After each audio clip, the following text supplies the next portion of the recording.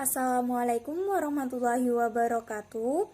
Nama Yayulianti, NIM 1914-20139. Saya akan menjawab pertanyaan UAS mata kuliah Bank dan Lembaga Keuangan Syariah. Pertanyaan yang pertama, apa perbedaan produk gadai emas yang ada pada bank syariah dengan lembaga pergadaian syariah? Sertakan pendapat Anda fasilitas gadai emas logam mulia di bank syariah atau pergadaian syariah yang lebih menguntungkan. Jawabannya, produk gadai emas syariah yang dijalankan oleh bank syariah adalah bank memberikan pembiayaan kepada nasabah yang sedang membutuhkan dana segera untuk mengatasi kebutuhan dengan menggadaikan emas perhiasan yang dimilikinya. Atas pemeliharaan barang gadaian tersebut, nasabah harus membayar biaya pemeliharaan kepada bank. Dalam produk gadai emas syariah juga menawarkan layanan pembiayaan untuk berinvestasi emas batangan atau logam mulia, yaitu bank akan memberikan pembiayaan kepada nasabah yang ingin berinvestasi dengan memiliki emas batangan atau logam mulia. Indonesia telah mengeluarkan fatwa mengenai kebolehan menggadaikan emas ini dengan ketentuan fatwa DSN MUI nomor 253/2002 tentang emas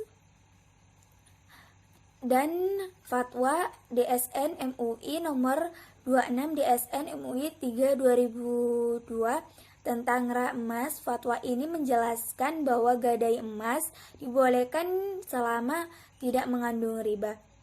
Prinsip yang diterapkan oleh bank syariah dan pergadaian syariah adalah sama, yaitu mengacu kepada fatwa DSN di atas.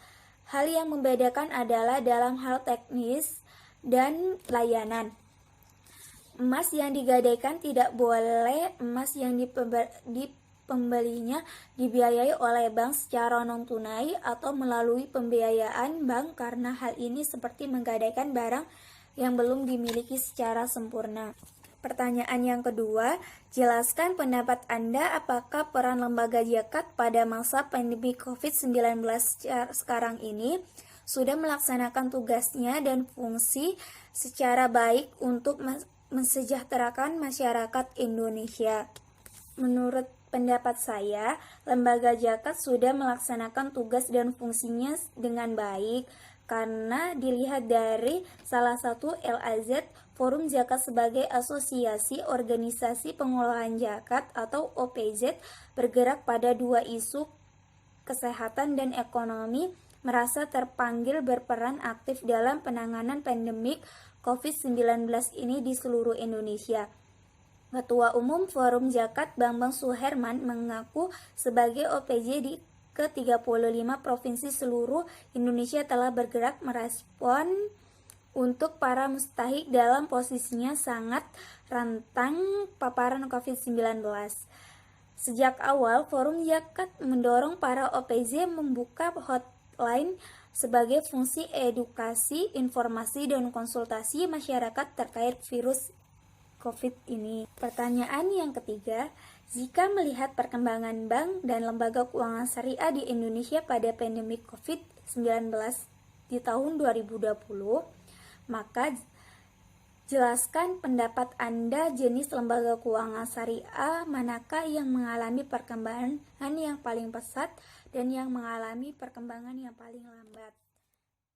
Menurut pendapat saya, lembaga keuangan syariah yang mengalami perkembangan yang cukup pesat yaitu lembaga Basnas, karena terkait pandemi COVID-19 yang telah menyebabkan kondisi ekonomi di Indonesia tidak stabil, namun patut diapresiasi upaya pemerintah yang cukup sigap dengan mengeluarkan beberapa kebijakan, diantaranya memberi stimulus dunia usaha dan meminimalisir resiko yang diakibatkan pandemi COVID-19 yang masih berlangsung sehingga saat ini.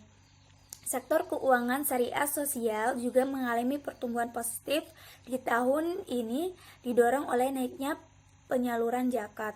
Bahkan menurut proyeksi Badan Amil Zakat Nasional, penghimpunan zakat tahun 2020 diperkirakan mencapai lebih dari 10 triliun, meningkat 20% sampai 30% dibanding 2019, 8 triliun. Sedangkan lembaga keuangan yang berkembang lambat yaitu ada pada otoritas sektor keuangan. Hal ini karena informasi di sektor real lebih lama dikumpulkan dan biasanya dilaporkan setiap 3 bulan sekali, yang pada akhirnya otoritas sektor keuangan seperti BI, OJK, dan LPS hanya dapat menerapkan strategi untuk bertahan. Terima kasih. Wassalamualaikum warahmatullahi wabarakatuh.